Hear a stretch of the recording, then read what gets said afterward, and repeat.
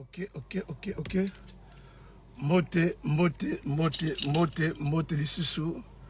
Esika wapi ekuta bibino banso. Apesi bino mote. Bolingo bandeko. Oya zangi bolingo akomona nzambe te. Bolingo eleki. Bolingo bandeko. Oya zangi bolingo akomona nzambe te. Bolingo eleki. Voilà. C'est bon, bien aimé dans le Seigneur, je pense que la Pessibino Mbote Lissousou. Voilà, aujourd'hui, mardi, nous avons dans émission Nabiso, Luka Lipambolinayo, volume 7. Volume 7, nous allons bon la cagnotte, il y a $50. Merci beaucoup. Voilà, les lots n'a vraiment, n'a moins retard, mais les lots n'a aussi l'émission na Wendy. Hein? Total, n'est-ce pas là? Ceux qui sont dans la difficulté, c'est dans les Bikinza Mosunga. Dans pour ça, na côté la Wendy. Donc, je suis parqué juste na sport, je crois. Dans la zone côté Wenza Gambela, Natala, Nani Oyo n'a pas touché pour les Kanakwe Bakupamolae. Voilà, c'est parti. Donc, émission Nabiso Lelo, tout ça, la cagnotte à $50. Et outil pas ya Neko Nabiso, la sœur Gilda Chimène à Paris. Moi aussi, il y a frère de monsieur l'évangéliste Dadi. Voilà, donc, Nakoyeba pour ça la rubrique Oyo, juste pour 20 minutes et puis te conclure. Merci beaucoup, c'est parti. Voilà.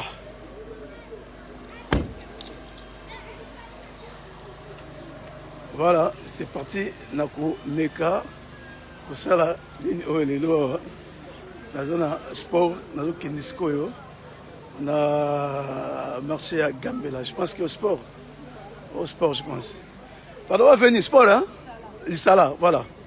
Donc, je suis à l'Issala. Ouais, dans l'Issala. Oh, juste Memingati, na Gambela, hein? Voilà, Gambela, Ngoyo. Dans l'Issala, et Memingati, na Gambela. Et c'est là que tu as l'opération d'Abisso et à l'élo. Tu as l'angova à boyer. C'est bon. Hein? Voilà. Donc là, sur l'Issala, dans le côté de Wenzi, dans le côté de la Katiste, juste là, Libanda. On a l'opération à l'élo. Comme prévu, on avait dit que notre cagnotte c'est à 50. Donc on va le faire. On va le faire aujourd'hui même. Tout ça ensemble avec vous, nous allons le faire ensemble. Hein? Donc c'est bon. C'est parti. C'est le cas. 2 ou 3 moments, mon cours, je sais. Tout ça ensemble là-bas. Alors je ne sais pas. Là où clin d'œil et qu'on s'arrêtait. Et là, on va le faire là, peut-être. Là où il y aura un clin d'œil. On y va. Bonjour maman. On y. Ah, il me dit Tega. Moi Tega là l'année. Hein? Olembi. Ah. D'abord on Tega yango. Ozanin. Osinda. Mo oi.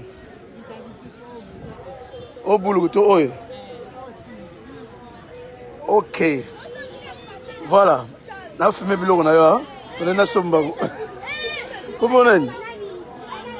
Hein? Marie. Donc maman Yesu. Hein?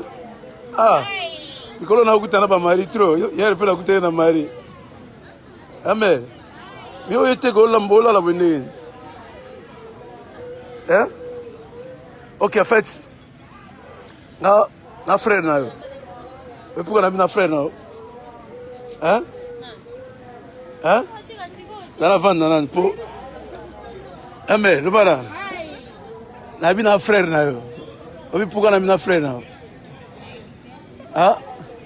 Ah. Yo sambela te. Sambela. Hein? Amène Victor Zara. Passez à nous. Passez à nous. Pas continuer en France. Pas maman Amy. Ok. Voilà. On a un frère. On a un chrétien. Hein? Amen. Et on a bien un frère. On a un tega. Babylone, on a Ozola là. On a ban, hein? Combien? Hein?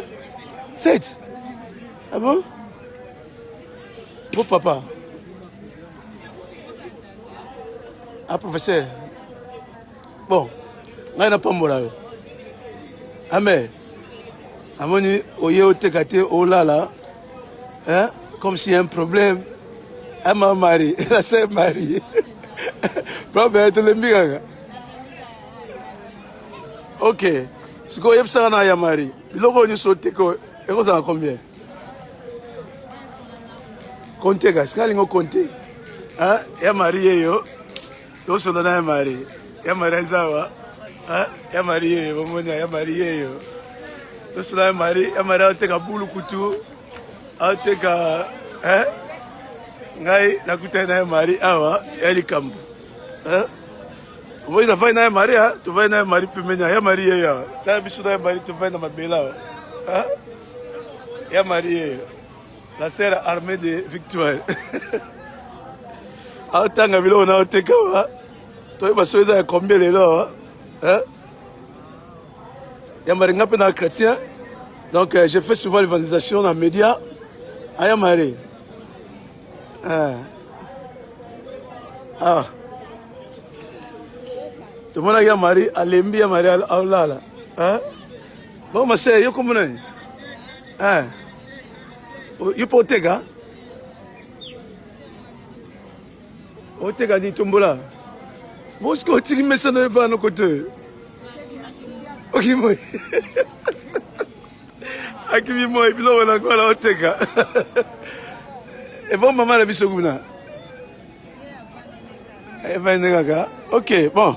Aïe, tu as l'ingata au kumba, ngati ne ba Congo le ba. Tu as l'ingata au piagata mbotete. Akanda.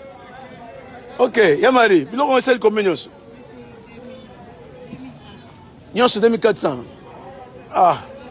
2400 euros là, combien de dollars? $1. D'abord $1, not des cents. Aïe, Marie. Ah. 1,2. Il y a 2400. Ça va? Merci, hein? Yamari. Nous sommes à Bilo, tout. Hein? En fait, nous les Kananga, hein? Les esprits m'ont tapé, nous tellement Yamari. Ayamari. Alors, na sœur nanga moboye comme ne Gilda. Hein? Sœur nanga Gilda a tinga devoir. Abi nanga lukela ngai sœur moboye au pambulaye. Vous comprenez? Et on a télé awa Ayamari na pèse $20 na biloko news. Hein? Ayamari. Na pèse $20 na biloko no news. Hein?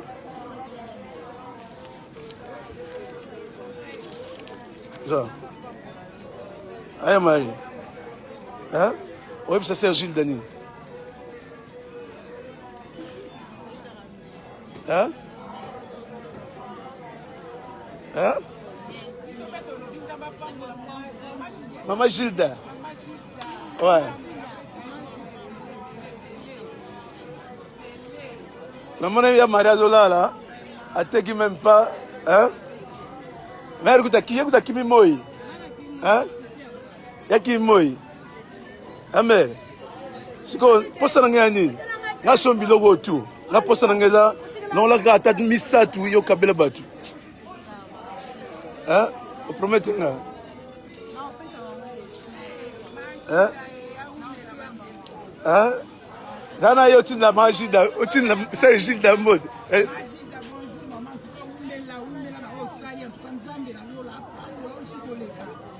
Mais silité, je pense que mais silité, on a fait la pas maman encore.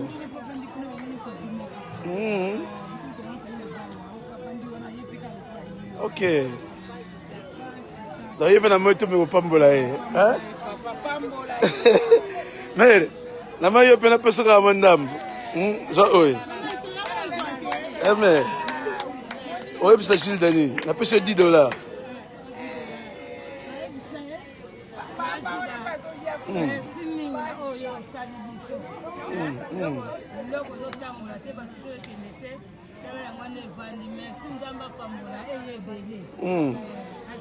Mais Rio te gagné. Et tombola. Au vendu. Na bumbu. Vous en bana? Ok, non bani. Non bani. C'était 100 francs. Vous avez un téléphone? Il y a Mario un téléphone. Et bon, c'est Gilles dans un bengo. Dans un numéro, ok, là c'est Gilles dans mon aujourd'hui. Aussi $10. Hein? Mais ce que on a lingi au pays, tout le monde va soutenir. Faka va pas soutien.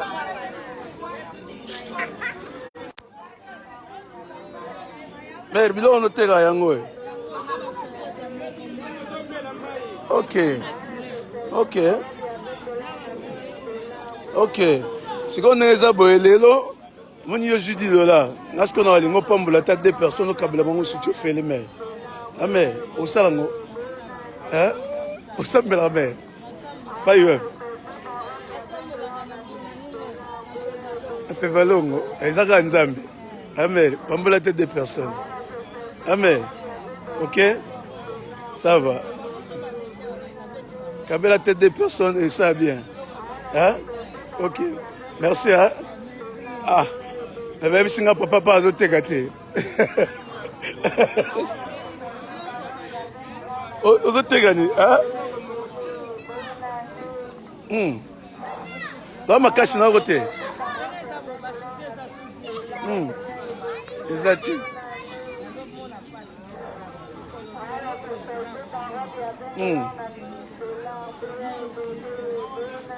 Ah, mais c'est Gilda, a soumis na moi $10 wana. Hein? A soumis à Marina 20 au Canagité.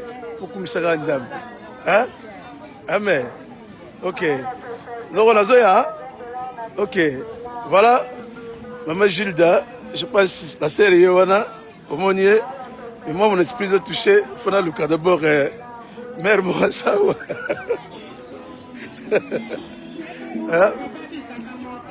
La somba, parapaga.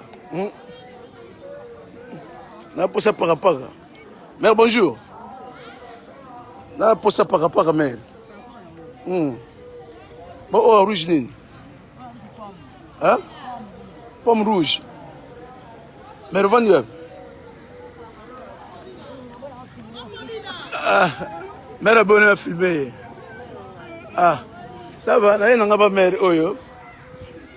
Yo, t'es gagné. Ah. Au cancer, là. Au cancer, on a bonne à filmer. Ah, mais t'as bon, en fait, les Kanangaï, les Agas Espimo et Touchengaï, dans les Kaïbo Liboso, n'a pas de Kendebo Zonga Boy. Alors, Fana Kendebo, un esprit de Poussinga, toujours pas mère. Mais il y a refusé l'engaï. N'a juste n'a pas mboulaye, n'a suma bilo, on est ni au sort de Tega. Vous comprenez? Donc, pour ça, on a un alors, on a un serre, on a un comme Gilda, il y a un tindinga, il y a un qui est là, on a un pamboulaye. Il y a un peu joli. Je sais pas.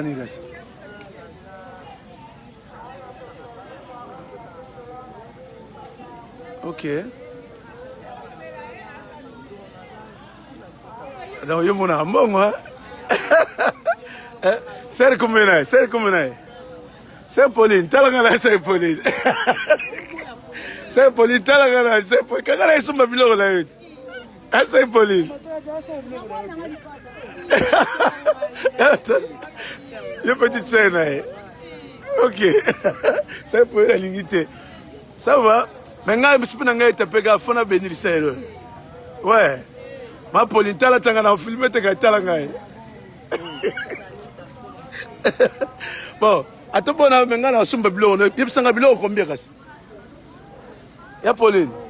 Quand calculer le bilo combien? Quand il y a un bilo, on a la somme.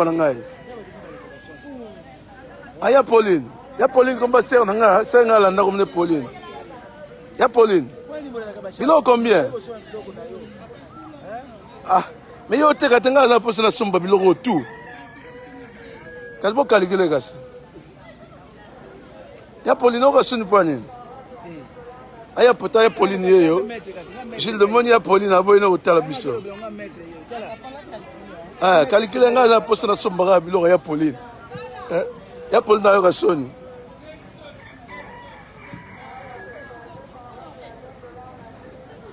Ya Pauline mutasoni hein? Ya Pauline.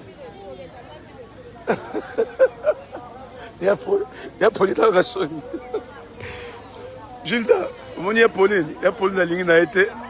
Ya Pauline na yo soni. Bana hôtel mbila. Mbile sobe. Ya Pauline na lingi hôtel ngata.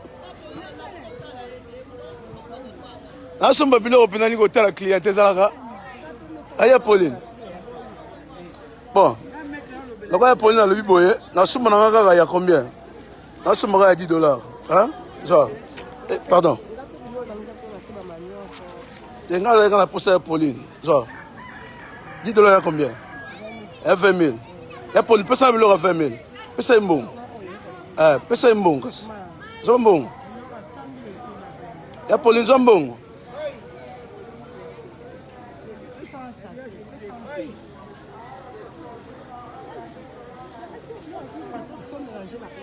Mélangez tout. Et Pauline, peut-être à 20 000. Et Pauline, dans le Canada, oui.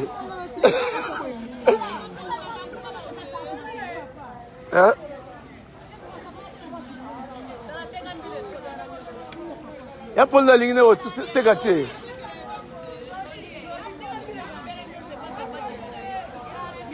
Masala boy, zo sachet changa muke. Chaka atala sachet.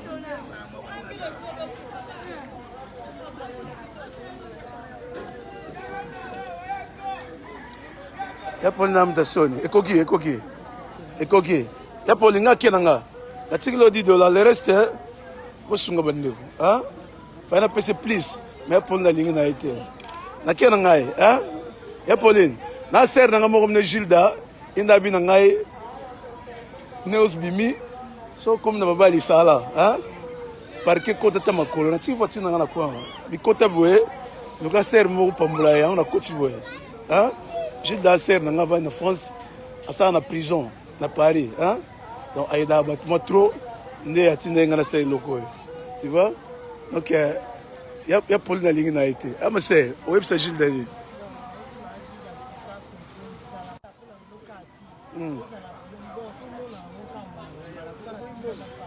Merci. Il y a Pauline na kena ngai. Na yi pona se, hein? Na yam comme sus. Merci. Voilà. Gilda, na kena ngai. Ah, Gilda. OK. Ok. Ya Marie, merci hein. Ok. Bon, on a fait ça.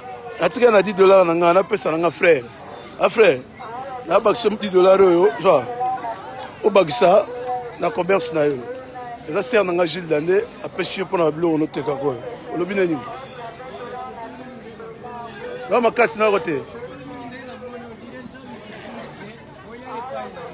Ok. Pardon, là, il y a combien de choses qu'on pousse là? Ok. On sait combien? Là que ça. Ok.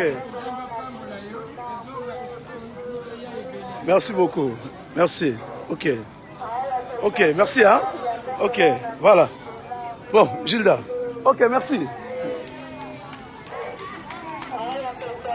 Voilà, la opération Abisso et Soukiliawa. Je pense que les qui opération Fainasala, il y a volume 7. Je pense que Soukiliawa, vous avez vu comment ça s'est passé. Alors, na Zongi Nangaï, c'était s'il s'agissait de fardeau Lelo et Salami, alors na Zongi. Voilà, là c'était notre cagnotte de $50 volume 7. Où ils qui sont sponsorisés par la sœur Gilda Chimene Oyo Azali Molongani ya Ndeko Dadi. Voilà, bien aimé dans le Seigneur, je pense que na Sukisi réplique Nanga Awa, il y a Mokolo na Lelo. Voilà, Binga le Bezate. Si vous voulez me contacter, vous voyez comment on le fait, contactez-moi comme ça. On va clôturer ou encore passer les informations bancaires comme il faut. Alors, on a zone dans la voiture, juste pour la zone là. Voilà, bien aimé dans le Seigneur, je vous dis encore un grand merci parce que ma grand-mère, vous me l'arrêtez. Là, maintenant, na zone.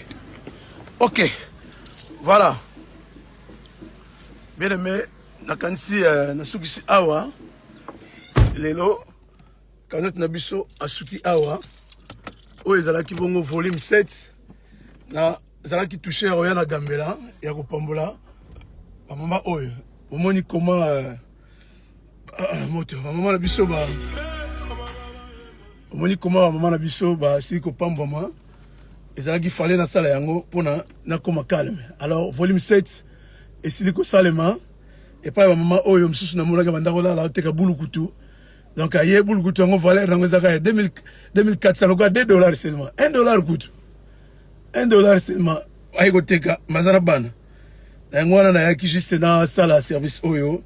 Na itolobaki to sala yango chaque jour.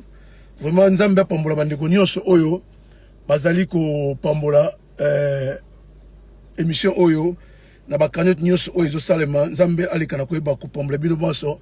Et c'est vraiment très important de continuer à soutenir Evre Oyo.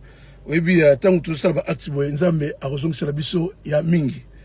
Na yango wana nazaki na babulo osala na bino, faut na bimaka même, mais par rapport à le sambo na ngai et toucher ngai na kota na wenza gambela. Tu vois, tout ça, je le fais avec conviction dans à chaque fois. Na sanga avec conviction pour na bimanga moko so na biminanga ozana mutute pour la sala en secret.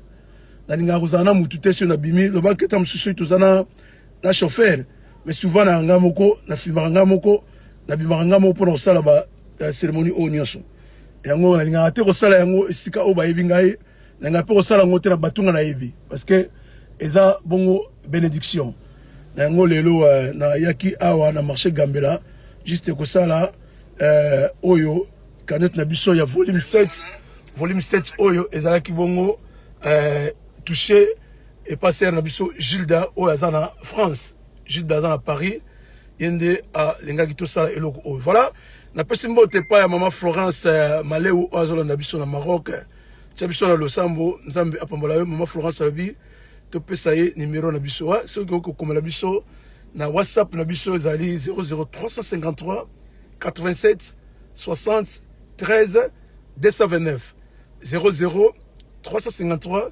87 73 229 wana okolekana koyeba kozwa ngamoko ndeko na bino Alpha. Vraiment que Dieu vous bénisse encore na yaki na wenza gambela on a lisala comme na ba toujours na lingara que na voiture tikesika na sala makambo te pour que éviter pe pression. Donc na yaki wana na wenza gambela na monaki maman na biso Pauline pardon Marie ouais banda ikola la zote ka bulukutu mais ça n'a aucune valeur même pas $2. Tu vois. Alors hier on a payé $20 et puis maman me soutient te katombola ba soutien il y a 100 francs et c'est soutien 100 francs vraiment on t'a te soutien 100 francs et ça va soutien kala au bat balata déjà au talon même hein yango ekoteka alors hier on payé $10 et puis maman me so Pauline me tellement n'a touché mingi pa na ena payé $20 mais n'a payé seulement $10 il y a bambi le sobe je pense que na juste moi symbole il y a bambi là et sobe oyo nazana ngo awa bokoyi komona yango voilà bambila oyo nazui comme symbole na kosukola yango na kende koleya yango bongo papa na biso momoni papa azoteka tombola bikoti banini ayibana tonga tekita ba ite so bala bakolia ni lelo tu vois donc Gilles Dankolo apambola yo na kanyos na yo à $50 je pense que omoni dans le lenge nini kanyos oyo et aider ba ndeko na biso oyo voilà bien aimé dans le Seigneur JC Makim sali bro oui sali biso tout ça awa tout ça toujours service Oyo, et ça très important. Je salue ma femme Hortense et les enfants. Nzambe a pambolabino, bo tchebiso toujours na bon délit pour Mosala Oyo et Zali Boye, ce qui Nzambe te nani mususu. Alors moi déception ezalaki kaka mama Pauline toyebi te mpona nini alingi kotombola elongi te mais topamboli ye toujours kaka ezala bato mosusu bazalaka na soni on ne sait jamais donc tozosala makambo oyo soki oza touché leka na tokoleka bongo na koyeba kopesa baformation nyonso oyo elongo bani tika nzambe ya lola amona bino banso tolobi bolingo yango nde ezali important moto azangi bolingo akomona nzambe te yango bolingo eza vraiment très très important nzambe aleka na koyeba kopambola bino banso oyo bozali kosoutenir biso lobi encore cagnotte na biso ezali ya $50 encore bongo lobi cagnotte na biso ya $50 ezali bongo ya ndeko na biso Serge Kabamba ye azali na Newcastle na Angleterre ye nde atindi biso $50 encore sima ya lobi encore na volume 9 toza encore na 50 na volume 10 on a encore 40 donc bandeko bazo soutenir vraiment émission na biso comme d'habitude vraiment nzambe aza na bino banso o wapi bozali kotia biso na losambo Rita Nzomambu nzambe aza na yo ukapa Jibe Manzo Nyampala leka na koyeba kotinda cagnotte na yo ekozala malamu mingi soki boleki na koyeba ko sunga bandeko parce que ici il y a vraiment la souffrance. Merci John Mandungu, que Dieu vous bénisse vraiment abondamment dans ndenge bozali ko soutenir Luka Lipambolona. Luka Lipambolona ezali rubrique to émission o ezali asika pendant que je suis en vacances, pendant que je suis dans les vacances à faire. Alors faut que penser aussi na bandeko mususu oyo bazali ko mona passe 4 na mboka. Voilà Gilda, je pense que Hollandi comment to sali nyonso vraiment solo na yo nzamba komona yo nyonso ke vraiment na vraiment mingi ya kobakiseza te na silisi volume 7 lobby to ça volume 8 encore $50 encore vraiment que Dieu vous bénisse vraiment chef sur mabondeli nzamba lola amona bino vraiment soki yeso azongite to mona na bino lisuna mkona lobby tika dipata na nkembo eyingela katikati o mabota wa bino wana ezalaki votre humble serviteur o wapi azali géniteur ya radio télévision Komo Christo oyo azali seulement wana pour vous servir donc bon to serve en anglais je suis né pour vous servir voilà la kanti to mona imbalasima na ko obligé faut na zonga mena nda kuna ke continuer ba démarche nga oyo wapi na zalaki nango na bima juste na sala quand notre biso oyo mkola lelo comme c'est fait je suis obligé de rentrer à Nazana avenue li sala nazabon avenue li sala oyo mema ngaiti na Gambela avenue oyo bomoni avenue li sala. Voilà, merci beaucoup, que Dieu vous bénisse encore. Tika nzambe amo na bino banso oyo wapi bozali ko soutenir œuvre oyo wapi bazali ko pesa ne to tchaki verset na biso wana na proverbe 19:17 kuna balobi tant ozali ko sunga ba pauvre ezalo ko zo bomba pa nzambe nzambe azongi solo mingi neko Gilda nzambe azongi solo yo mingi. Voilà mingi ya lobezate nazongi na ngai lobi to kutia na bino encore soki nzambe alingi tokuta na bongo na cagnotte mususu $50 na volume 8 encore vraiment kolo aleka koyeba kopambola bino bandeko banso oyo bazali kopesa biso conseil bazo koma bazo pesa ba idée vraiment nzambe aza na bino eza émission na bino moko toza awa encore ti fin du mois toza awa donc moi je vais déplacer na Okende Boma à bientôt là mais tokoyeba ko continuer yango kino na ba Congo émission oyo so botini mo solo na koyeba ko continuer toujours nini oyo. Alors merci beaucoup tika nzambe apambola bino banso mingi ya kolobezate vraiment je vous remercie beaucoup pour na koyeba ko soutenir émission oyo nde bozo soutenir ngo pour connaître toujours soutenir maman Gilda que Dieu vous bénisse pesa papa Dadi Mbote pour na lisungi oyo bosili ko pesa vraiment ekena bandeko oyo bazaki nango posa okantina kati bomoni ndengi ba meko kolimbola pa na biso bandeko wana mususu azoteka batombola bi bana tonga yaki ateki même pas donc ceux qui azoki $10 oté alinga teka te o azu $20 ndenge moko ya mari yende moko azu yango parce que biloko azoteka ça même pas $1 donc 2400 francs mutafai na wenze pour 2400 francs au moins la souffrance donc azan 7 bana mais ko teka biloko na wenze avec 2400 francs tu vois azu $20 ils ont la valeur il y a 40 000 tu vois et ko aider à changer quand même temps sur mon bongo mususu alonga na babulu kutu hein donc voilà et puis moi monsieur azaki na zoteka soutien alengo de mettre na yeke va na côté monsieur parce que azoteka na été n'avait pas eu $10 na maman o alingo tala elongi na kolote donc voilà total na biso cagnotte yaki $50 na kolelo le manzambe apambola bino banso tobosani te botia biso na losambo oyo amoni aza na baconseil opesa biso mais mingi botia biso na prière. Demain on a encore notre cagnotte, il y a $50 oyo wapi epesami pa ya ndeko Serge Kabamba yaza na Angleterre na Newcastle yepe azaki touché na sikotine na biso $50 pour na toyeba kopambola bandeko na biso. Voilà, que Dieu vous bénisse. On est aquí ndeko na bino Alphonse Tsingikiakou, le géniteur de la radio télévision Congo Christo. Abonnez-vous et la prochaine fois peut-être la partie à cagnotte c'est 8 bandeko basengi na tsango mbala moko na YouTube. Alors soyez beaucoup s'abonner na YouTube na biso na Congo Christo TV na YouTube comme ça partir à lobby né na comme Alexango na YouTube.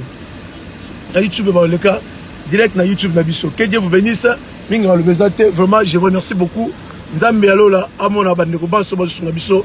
Merci beaucoup. Bye bye.